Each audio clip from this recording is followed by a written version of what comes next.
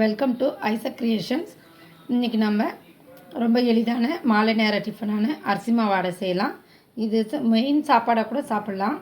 இது கூட மீன் குழம்பு வச்சு சாப்பிடும்போது ரொம்ப நல்லாயிருக்கும். இது இதுக்கு தேவையான பொருள்கள் என்ன அப்படின்னா, பச்சரிசி, தேங்காய், இது ரெண்டு மட்டும்தான். இந்த ரெண்டையும் வச்சு எப்படி சுவையான அடை செய்யலாம் அப்படின்றத பார்க்கலாம்.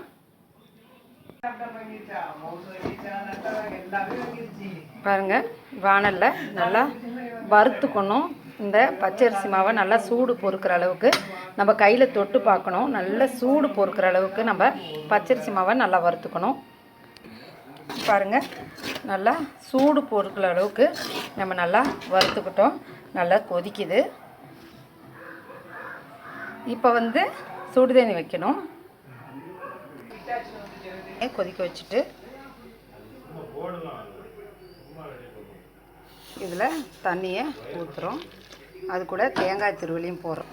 தேங்காய் திருவலை போட்டிருக்கோம். இப்போ இதை பசைப்பு ரொம்ப சூடு இல்லையா, அதனால் கரண்டியில் கிண்டி விட்றேன்.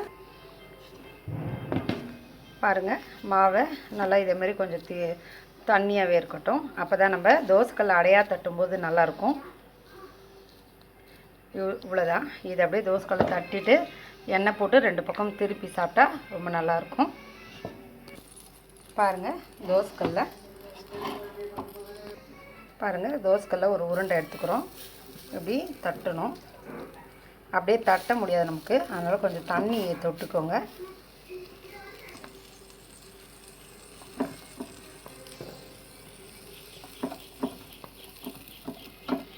உங்களுக்கு சூடு பொறுக்க முடியாது அப்படின்னு நினச்சிங்கன்னா ஒரு பிளாஸ்டிக் கவரில் தட்டிட்டு கூட நம்ம இப்படி போடலாம். பாருங்கள், எண்ணெயை ஊற்றிட்டு வேகலை. பாருங்கள், இன்னும் வேகலை. வெந்தோடனே திருப்பலாம். வெந்துச்சு பாருங்கள், திருப்பி போடுறோம்.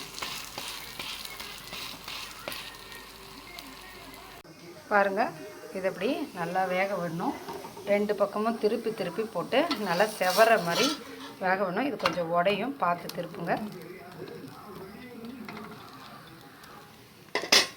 ரொம்ப திக்காக மாவை எடுத்தோன்னா உடையாது, அது ரொம்ப சாஃப்டாக இருக்காது. இது கொஞ்சம் தண்ணியாக தளர பிசைஞ்சாதான் கொஞ்சம் சாஃப்டாக இருக்கும்.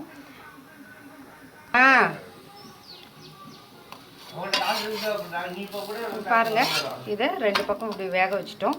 நல்லா செவர வந்துடுச்சு பாருங்கள்.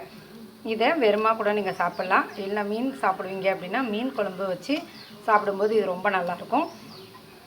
சுவையான மாலை நேர காலையிலேயும் சாப்பிட்லாம். இது காலை சாப்பாடுக்காகவே சாப்பிட்லாம், உங்கள் இஷ்டம். காலை சாப்பாடாகவே சாப்பிட்லாம். எப்பயுமே நம்ம இட்லி தோசை அதை சாப்பிட்டதுக்கு இது வித்தியாசமாக சாப்பிட்டு பார்க்குறோங்க.